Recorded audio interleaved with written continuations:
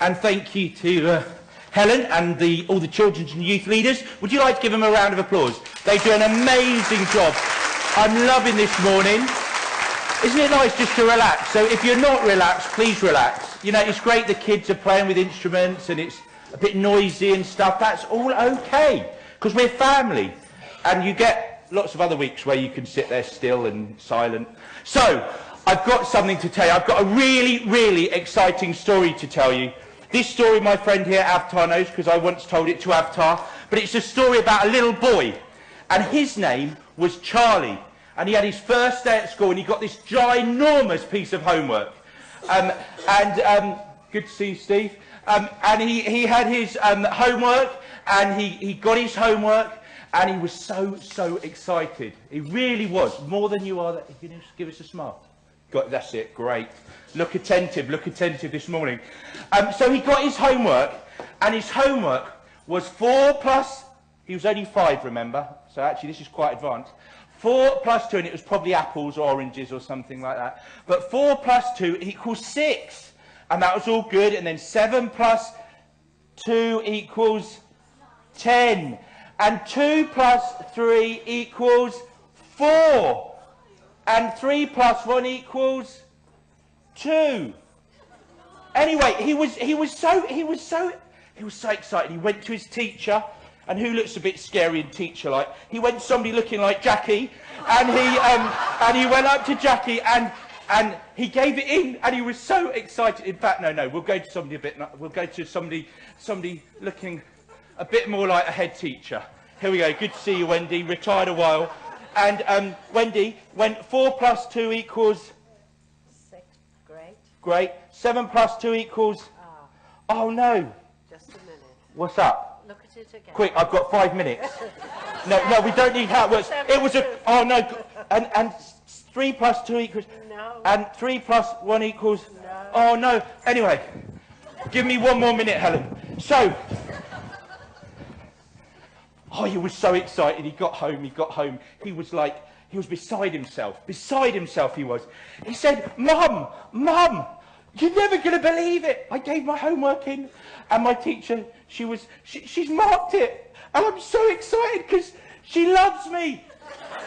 And it was like, you know, mums or, you know, carers, they put their arm around you and they say, no, you got it wrong. You got it wrong. Anyway, there's a story in the Bible that I really want to quickly read to you. And it says this. It's from John 20. Bible's a great book. If you haven't read it in a while, you can download it onto your phone. Costs you nothing, and you can have a little look at this story. And it said this. Imagine the moment. Mary is one of Jesus' friends. Now, Mary stood outside the tomb crying. As she wept, she bent over to look into the tomb and saw 2 angels in white seated where Jesus' body had been, one at the head and the other at the foot. They asked her, Woman, why are you crying? They have taken my Lord away, she said, and I don't know where they have put him. At this, she turned round and saw Jesus standing there, but she did not realize that it was Jesus. She would have been sobbing, crying, wailing. He asked her, Woman, why are you crying? Who is it you're looking for? Thinking he was the gardener, she said, Sir, if you've carried him away, tell me where you've put him, and I will get him. Jesus said to her, Mary. She turned towards him and cried out in Aramaic, Rabboni, which means teacher. Jesus said, Don't hold on to me, for I have not ascended to my Father. Go instead to my brothers and tell them I am ascending to my Father and your Father, to my God and your God. Mary went to the disciples with the news, I have seen the Lord. And she told them that he had said these things to her. Just like Mary, we've all messed up. I've messed up. I am not perfect. It's hard to believe. But like Mary, we've all done things wrong. Just like Charlie got that wrong. We've all messed up.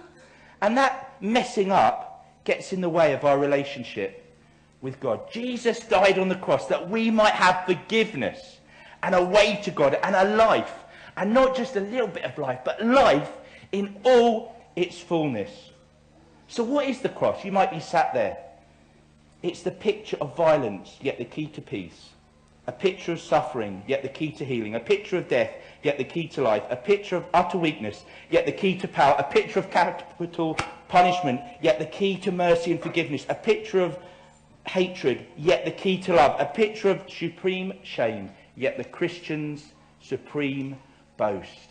Mary was the first to see Jesus after his resurrection.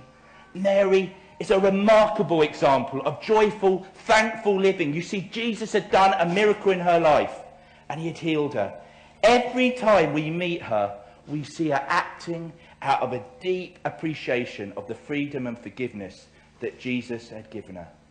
And that freedom allowed Mary to stand at the foot of the cross at Jesus' crucifixion when all the other disciples, except John, deserted him.